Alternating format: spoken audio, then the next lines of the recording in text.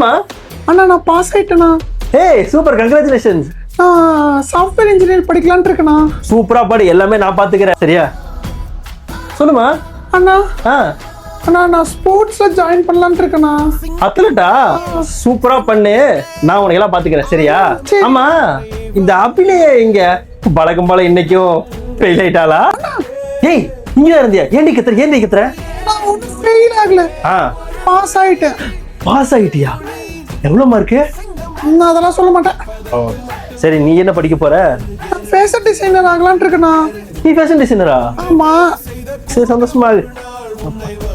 டேய் சபரி, சொல்றேன் மச்சான். டேய் மச்சான், உன்னதான் தேடிட்டே இருந்தேன் நானு. இல்ல தங்கச்சி எல்லாமே வந்துட்டு பாஸ் ஆயிட்டாங்க.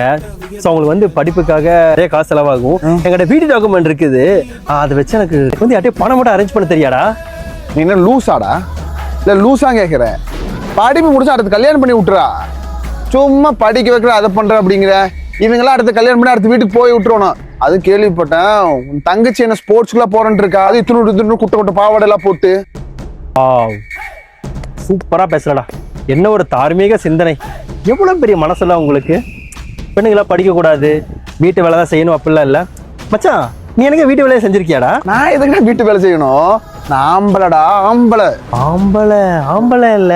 ஆமா. இத சொல்ல உனக்கு வெக்கமா இல்ல?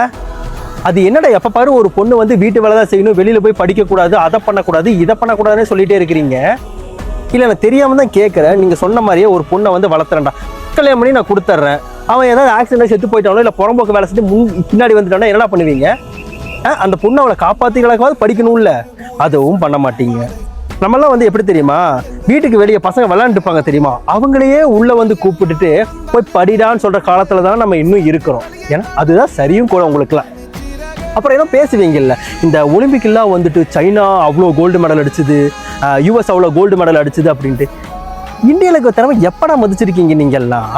ஒரு பொண்ணு தனக்கு பிடிச்ச விஷயத்த செய்யறான்னு உங்களுக்கு தெரிஞ்சது அப்படின்னா முதல்ல தட்டி கொடுக்க பாருங்க.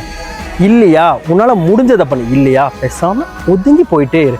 அதை விட்டுட்டு சும்மா அந்த பொண்ணு அதை பண்ணக்கூடாது இதை பண்ணக்கூடாதுன்னு எப்படிரா ஆர்டர்லாம் போட்டுட்டே இருக்கிறீங்க? உங்களை மாதிரி ஆளுகிட்ட இதை பத்தி பேசுறதே டோட்டலா டைம் வேஸ்ட்டு.